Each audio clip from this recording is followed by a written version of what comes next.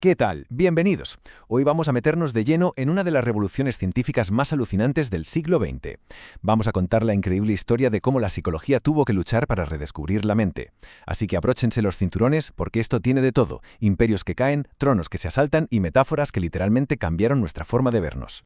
A ver, vamos a empezar con algo fuerte. Imaginen un mundo, y no hace tanto, en el que si eras un psicólogo serio, tenías básicamente prohibido hablar de la mente. Ni de pensamientos, ni de conciencia, nada. Suena de locos, ¿verdad? Pues la gran pregunta que vamos a responder hoy es justo esa. ¿Cómo es posible que pasáramos de ese tabú a la obsesión que tenemos hoy por entender qué pasa aquí dentro? Para encontrar la respuesta tenemos que hacer un pequeño viaje en el tiempo. Nos vamos a plantar justo después de la Segunda Guerra Mundial. El mundo estaba hecho pedazos y todo, pero todo, incluida la ciencia, se estaba reorganizando desde cero. Y tal como pasó en la política, la ciencia se partió en dos. De repente teníamos dos bloques, dos imperios del pensamiento psicológico. Uno alineado con Estados Unidos y el otro con la Unión Soviética.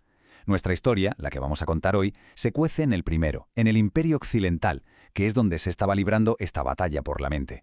Y en este imperio occidental, amigos, había un rey absoluto, una forma de pensar que lo dominaba todo, pero todo el panorama. Se llamaba conductismo, y su figura más importante, casi un emperador del pensamiento, era un psicólogo llamado B.F. Skinner. La propuesta de Skinner era increíblemente audaz. Su conductismo radical era justo eso, radical. Básicamente decía: olvídense de la mente. Es una caja negra que no podemos ver, así que ¿para qué perder el tiempo? Lo único científico, lo único que importa, es lo que podemos ver y manipular: el ambiente y la conducta. Si controlas el entorno, controlas el comportamiento. Fin de la historia. La mente, para él, era un concepto inútil. Skinner, para explicarlo, diferenciaba entre dos tipos de conducta. Por un lado, la respondiente, que son los reflejos, ¿no? Lo típico de salivar cuando hueles comida. Pero donde él vio el verdadero poder fue en la conducta operante. Estas son nuestras acciones voluntarias. Y su idea clave es que estas acciones se moldean por sus consecuencias. Si haces algo y te dan una recompensa, es más probable que lo repitas. Y piénselo, esto es la base de casi todo. Desde cómo adiestramos a un perro hasta por qué no puedes parar de hacer scroll en las redes sociales. El conductismo era un gigante, no hay duda. Sus aplicaciones, como la terapia de conducta, parecían funcionar y estaban en todas partes. Pero, como en las buenas historias, mientras el imperio se hacía más y más grande, sus cimientos teóricos empezaban a temblar. Se estaban agrietando. Y esta frase lo dice todo. El cambio no fue una transición tranquila, que va, fue un asalto en toda regla, una auténtica revolución. Una nueva generación de científicos y pensadores estaba a punto de derrocar al rey. Vale, ¿y cómo cayó este gigante? Pues la revolución le dio 4 golpes mortales. Primero, su idea de que todo se aprende por simple asociación de estímulos no podía explicar algo tan complejo como el lenguaje humano. Imposible. Segundo, su visión de la evolución era demasiado simple. No puedes aplicar las mismas leyes de una rata a una persona sin más. Tercero, su propia idea de lo que era ciencia entró en crisis. Y cuarto, el caos interno. Se dividieron en tantas escuelas que al final ya nadie se ponía de acuerdo. El imperio se estaba cayendo a pedazos desde dentro. Y como pasa siempre, de las cenizas del viejo imperio surgió un nuevo aspirante al trono. Uno que además traía de vuelta a ese protagonista que había estado exiliado durante décadas. Su nombre era cognitivismo, y con él la mente volvía para reclamar lo que era suyo. Fíjense bien en la definición, porque hay una palabra que lo cambia todo: inferencias. ¿Qué significa esto? Pues que los cognitivistas no tiraron a la basura todo el rigor del conductismo, no. Siguieron observando la conducta, pero ahora la usaban como si fueran las pistas en la escena de un crimen. La conducta era la evidencia que les permitía inferir qué pasaba dentro de esa caja negra. La conducta ya no era el final del camino, sino el principio.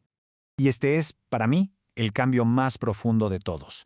Dejamos de vernos como si fuéramos una bola de ping-pong, simplemente reaccionando a los golpes del entorno. De repente pasamos a ser vistos como sujetos activos, como procesadores de información, que interpretan el mundo, que lo transforman, que lo guardan y que lo usan para actuar. O sea, pasamos de ser marionetas a ser los arquitectos de nuestra propia conducta. Y lo más alucinante es lo rápido que fue todo. Miren esta cronología. La cosa empieza a cocerse en el 48, pero el año de la explosión es sin duda 1956.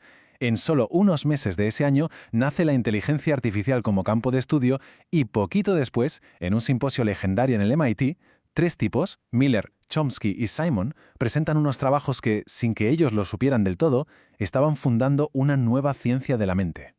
Y de todo este jaleo surgió la gran idea. La metáfora que lo impulsó a todo, la metáfora del ordenador. Ojo, la idea no era que el cerebro fuera un montón de chips y cables, no. La analogía era mucho más elegante. La mente es al cerebro lo que el software es al hardware. Es decir, a nivel funcional, ambos hacen lo mismo. Procesan información, codifican, almacenan y manipulan símbolos. Y esa fue la llave maestra, que por fin abrió la caja negra. Pero claro, una metáfora tan potente dio lugar a dos bandos muy distintos. Por un lado estaba la versión débil, la que adoptó la psicología cognitiva.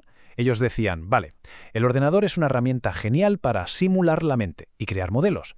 Pero luego estaba la versión fuerte, la de la nueva ciencia cognitiva, que se tiró a la piscina diciendo, no, un ordenador bien programado no simula que piensa, es que piensa de verdad, casi nada. Y aquí está una de las claves de su éxito. Esto no fue una cosa solo de psicólogos. ¿Qué va? Fue un proyecto brutalmente interdisciplinar. Juntaron a gente de ciencias de la computación, a neurocientíficos, a lingüistas, a filósofos, a antropólogos, todos a una, remando en la misma dirección para intentar resolver el puzzle más difícil de todos, la naturaleza de la mente. La metáfora del ordenador fue un motor increíblemente potente. Nos llevó lejísimos. Pero, como todas las metáforas, al final se quedó corta. La historia no se detuvo ahí. Estaba a punto de llegar el siguiente gran giro de guión. Y ese giro tiene fecha, los años 90. Una década que, a nivel mundial, se bautizó oficialmente como la década del cerebro. De repente, el foco de la investigación se desplazó del software abstracto al hardware biológico, al órgano que tenemos entre las orejas. ¿Y qué provocó este cambio tan bestia? Pues la tecnología, como casi siempre. Empezaron a aparecer las técnicas de neuroimagen, como la resonancia magnética funcional, y de repente, ¡zas!, por primera vez podíamos ver el cerebro vivo, en pleno funcionamiento. Así que la metáfora del ordenador se quedó, pues eso, vieja. La nueva metáfora era el propio cerebro. Pasamos de pensar en software a pensar en wetware, en el hardware húmedo y biológico que nos hace ser quienes somos. Y esta cita del gran neurocientífico Antonio Damasio lo clava. Resume perfectamente la visión que tenemos ahora. Para entender la mente, no te vale con mirar el cerebro de forma aislada. La mente está conectada a un cuerpo entero, que a su vez interactúa con un entorno. No somos un cerebro en un frasco, ¿verdad? Somos un organismo completo, y la mente es parte de todo ese pack. Y con esto cerramos el círculo. Hemos visto cómo la psicología primero desterró la mente, luego la recuperó con la metáfora del ordenador, y finalmente la ha anclado en el cerebro y en el cuerpo. Y esto nos deja con una última pregunta para que le den vueltas. Si la historia nos enseña que siempre necesitamos metáforas para entendernos, ¿cuál creen ustedes que será la próxima? Ahí se las dejo. Gracias por acompañarnos.